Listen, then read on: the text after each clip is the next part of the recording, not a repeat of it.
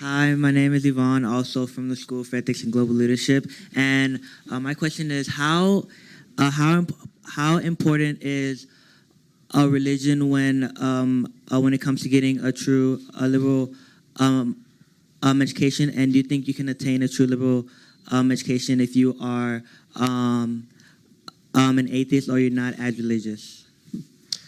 Sure. I pointed to the figure of Camus earlier. Camus was not religious in any ordinary sense. He was not, certainly not Christian, not a theist. And yet, he was a deep, thoughtful, self-critical individual. I would, in this respect, place him way ahead of the person he's usually thought of in connection with Jean-Paul Sartre, who did not have those advantages. Had some achievements, but was not, in my opinion, near the level of Camus, because Camus was a self-critical thinker. But Camus recognized, although he was not a theist, much less a Christian, he recognized that the problem and project of leading human life, as I said earlier, is fundamentally spiritual. He couldn't find his way, as Chekhov could not find his way, to faith in God. But he knew that the project was a spiritual project. He knew that what he was seeking was a kind of transcendence. He knew that the human person was an individual who transcended his own appetites and could exercise control over those in the name of something higher than those appetites or feelings or emotions. So yes, I mean, the advantages of a liberal arts education are available to the non-theist, to the non-believer, although for that person, as it was for Camus, belief always has to be on the table as a possibility.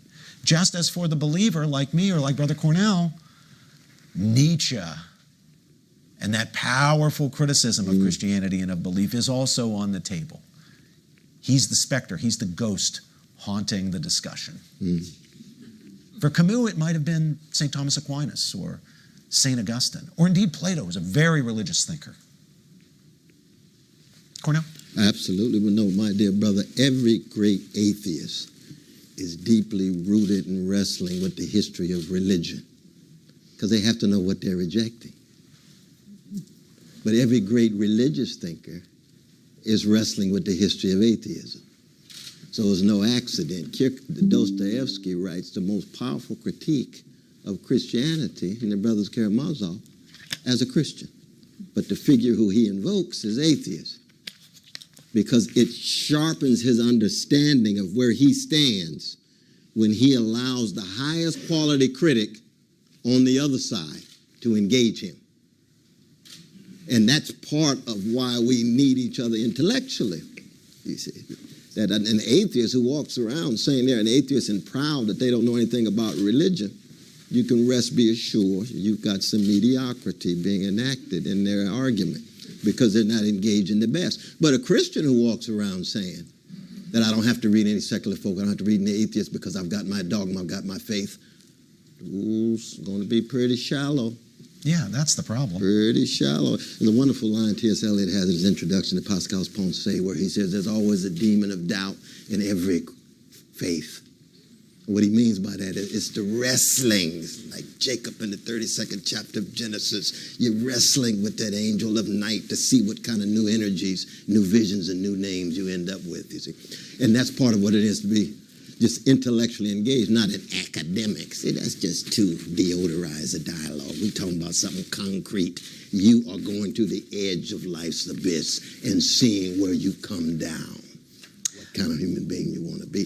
And you keep that in mind as a high school student, oh brother, because you want to be open, broadly engaged in that. So then you come down where you come down, and then 20 years later, you may end up coming down somewhere else. I've said before that embarking on a liberal arts education, a true liberal arts education, with that openness of mind, with that intellectual humility, that willing to recognize that one might be wrong, that willingness to engage the greatest that's been thought and said by the greatest minds, the greatest people.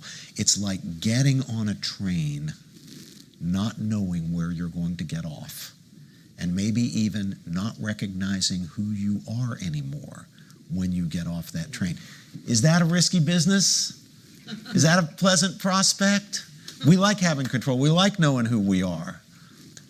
Makes us feel better. But it's like falling in love, though. When you fall in love, when you fall in love, something's going to die in you, but something's going to be propelled in you. Your egoistic self will be pushed to the side, and a new self intertwined with another self will emerge with a smile on your face.